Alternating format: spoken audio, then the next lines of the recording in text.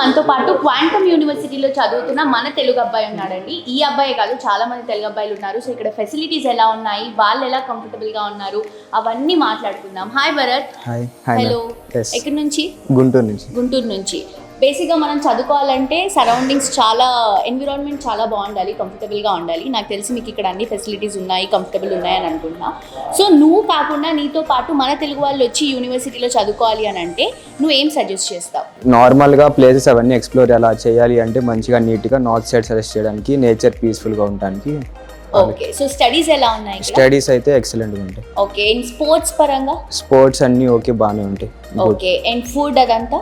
Food కూడా అంతా నీట్గా బాగానే ఉంటుంది. సో నువ్వు ఏ ఇయర్ చదువుతున్నావు? First year. ఎలా అనిపిస్తుంది క్వాంటమ్ యూనివర్సిటీ? బాగుంది. ఏ కోర్స్లో జాయిన్ అయ్యావు? నేను బీటెక్ సిఎస్సి. సో ఇది కాకుండా చాలా డిఫరెంట్గా ఉన్న కోర్స్ ఏంటి ఇక్కడ? ఇక్కడ చాలా ఉన్నాయి. ఎంబీఏ ఉంది, బీబీఏ ఉంది, మళ్ళీ హోటల్ మేనేజ్మెంట్ ఉంది. మనకి డిఫరెంట్గా చేయాలంటే. ఎక్కడి నుంచి వచ్చా? వెస్ట్ గోదావరి, ఆంధ్రప్రదేశ్. సో చాలా డిఫరెంట్ ఆ ప్లేస్కి ఈ ప్లేస్కి. ఎలా అనిపిస్తుంది నీకు ఇక్కడ చదువుకోవడం? పర్లేదు, బాగానే ఉంది. బాగానే ఉందా? ఫస్ట్ ఇయర్ కదా, సెకండ్ ఇయర్కి బాగుంటుంది, ఫోర్త్ ఇయర్కి మామూలుగా ఉండదు.